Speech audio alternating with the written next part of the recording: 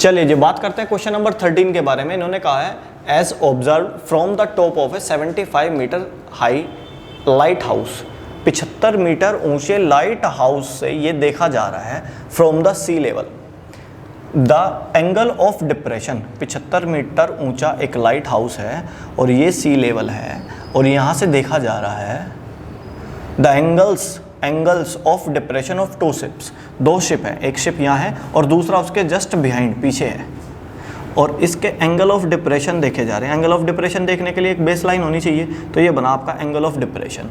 ठीक है, फिर आपने दूसरा शिप देखा, उसको भी एंगल ऑफ डिप्रेशन के लिए ये वाला एंगल बनेगा। ठीक है जी, एक बन रहा है 30, एक बन रहा है 45। तो बड़े वाला तो 45 बनना चाहिए, छोटे वाला 30 बनना चाहिए। तो ये बड़े वाला तो बना 45 और ये छोटे वाला बना 30। ऐसे ही ये लाइन ऐसे ही पैरेलल होके जा रही है, तो ये वाला बनेगा 45 और ये वाला बनेगा 30। असलियत में एंगल बनते यहाँ हैं, वो अल्टरनेट इंटीरियर एंगल होके यहाँ आ जाते हैं, बच्चे सीधे यही बना देते हैं। ठीक है जी, और ये लाइट हाउस है 75 मीटर हाइट का। ओके जी, if one ship is exactly behind the other on the same side of the lighthouse, find the distance between two ships. इनके बीच की डिस्टेंस फाइंड करनी है, जिसको मैं x लिख लेता हूँ क्योंकि मुझे इस डिस्टेंस की भी ज़रूरत पड़ेगी। ये मैं y लिख लेता हूँ, इनके नाम लिख लेते हैं A B C D। ठीक है जी, और मैंने यहाँ पे लिख लिया given that AB equals to 75 है, angle C 45, angle D 30, let BC Y है और CD X है। हमने ये सारी चीज़ें लिख ली बच्चों, इसको Y लिख लिया, इसको X लिख लिया। 30 दे रखा है, ये 45 दे रखा है और ये 75 दे रखा है।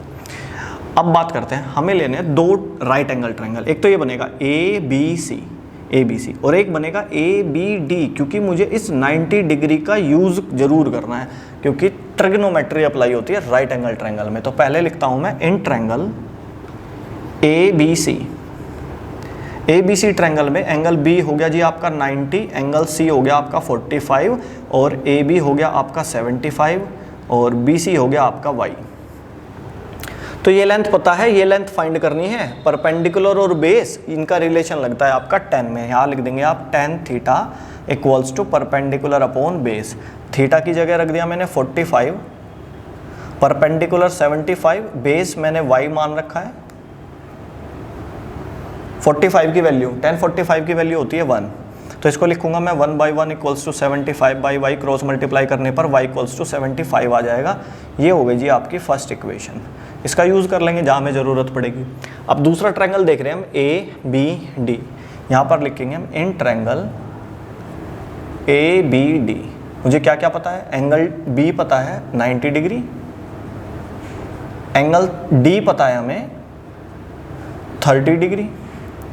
ओके जी, AB पता है मुझे 75। अब ध्यान से सुनो, BD मुझे कितना पता है, BD पता है मुझे x प्लस वाई। इस पूरे बड़े ट्रायंगल में ये BD x प्लस वाई पढ़ी जाएगी, यहाँ से यहाँ तक x, यहाँ से यहाँ तक y, तो पूरी कंप्लीट x प्लस वाई जोड़ नहीं सकते, x प्लस वाई बोल देंगे बस। तो परपेंडिकुलर और बेस का रिलेशन देखना है, क्योंकि मुझे परपेंडिकुलर पता है, बेस फाइंड करना है। तो परपेंडिकुलर और बेस लगता है आपका 10 में, आप लिखोगे tan theta perpendicular upon base.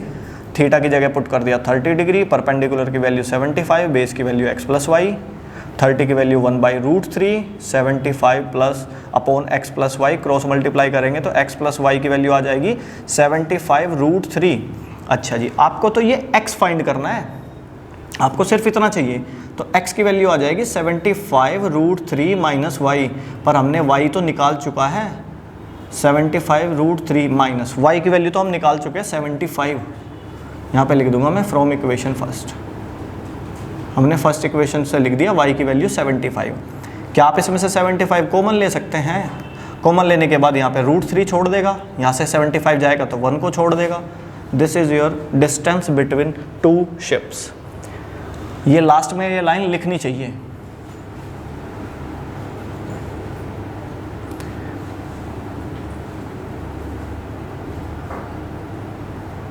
(75√3 - 1 metre. This is your required answer. I hope आपको ये अच्छे से समझ में आई होगी बात।